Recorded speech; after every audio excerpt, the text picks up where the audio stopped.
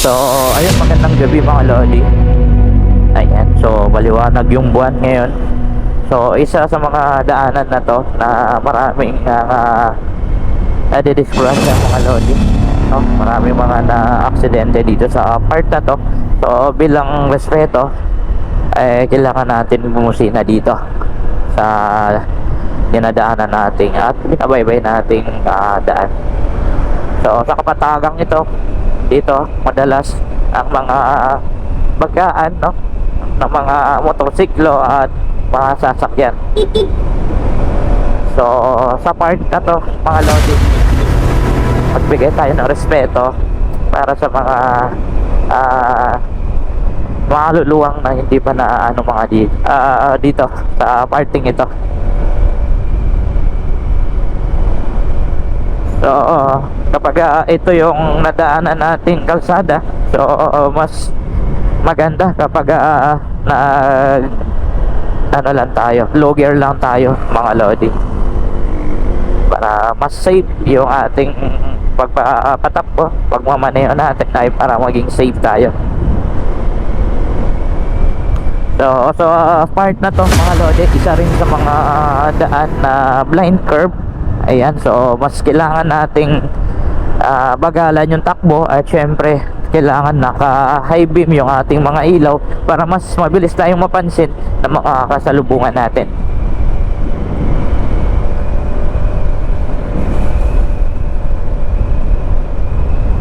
So kung bago ka pa lang nagbibiyahe dito papuntang norte mga lods, bandang barangay Santa Cruz na daan, so or papuntang Salvacion, no, dahan-dahan lang po tayo mga lodi, dahil yung mga daanan dito pag hindi mo pa kabisado talagang mabubulaga kayo dito mga lodi. So kagaya nito mga lords ay merong crossing at maraming mga kabahayan, kaya mag-ingat tayo sa ating pagmamaneho. So kung napapansin ninyo, 50 to 60 lang yung takbo natin sa parting ito. So inaabot na po tayo ng dilim mga lodi sa ating rides.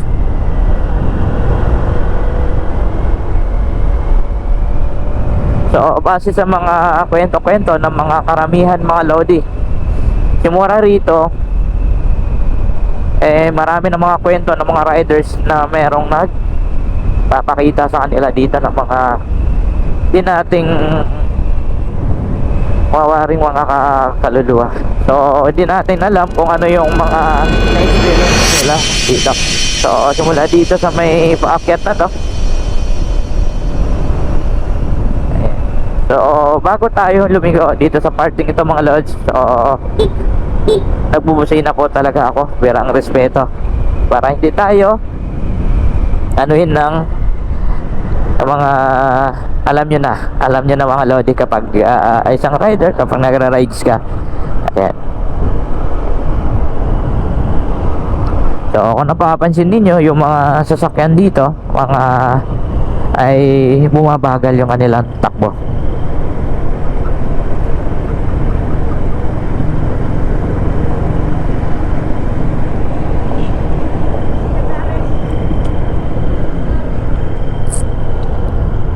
Ayan, may mga followers tayo. Hello, sticker. Saan biyahe nyo? Makaraskas po. Makaraskas pa kayo. Okay, nakatambod sa ano? Saan? Nakatambod straight na. Ikaw yung nakakuha? Nakabit mo na? Wala pa. Hello, ciao. Boss. Isa lang? Okay na yan? Kayo pala yung nakakuha. Saan kayo galing nun? Ganyan po ako na nagpinigibal. Tapos nakita ko mga 26 seconds. Nagkaka-extremis ko. Oo. Pinuntahan nyo kagad? 5 minutes siguro. May nagdating na rin. Nagtabay-tabay mo rin ako doon. Ang bilis ng takbo mo kung 5 minuto ka lang. Ang bilis ng takbo nyo. Hindi po mga 5 minutes. Nagtambay pa kayo doon bago may nagdating. Mauna na ako ha. Ayun, shoutout sa mga solid followers natin para ang barangay Makaraskas, mga Lodi. So, tuloy natin yung kwento natin, mga Lods. So, sa part na to, mga Lodi, ay talagang marami ng na-aksidente sa part na to. So, kapag nagbibiyahe tayo ng gabi dito, mga Lods, so okay lang na pag dahan-dahan tayo dahil nga dito sa part na to ay talagang accident, prone na accident talaga dito, mga Lods.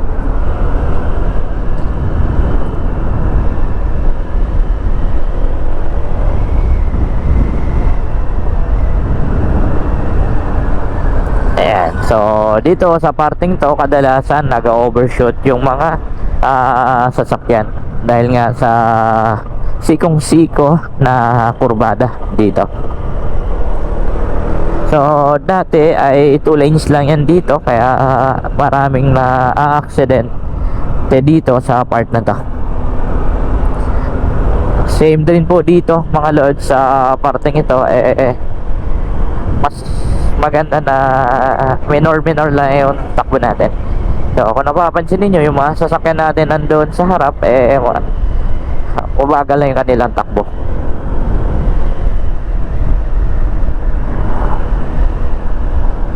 So malapit na rin tayo sa Barangay Salvacion o kanilang kanto, no? Ayan. So ito, medyo maliwanag yung buwan, kaya maliwanag din yung kalsada na nakikita natin sa harap. So kapag madilim talaga ang buwan dito, mga Lods, sobrang nakakatakot na magbiyahe ng ganitong oras. Ang kagandahan ng dito, mga Lodi, kung talagang natatakot ka sa biyahe mo, mag-antay ka na lang po ng mga dumadaang mga motorsiklo.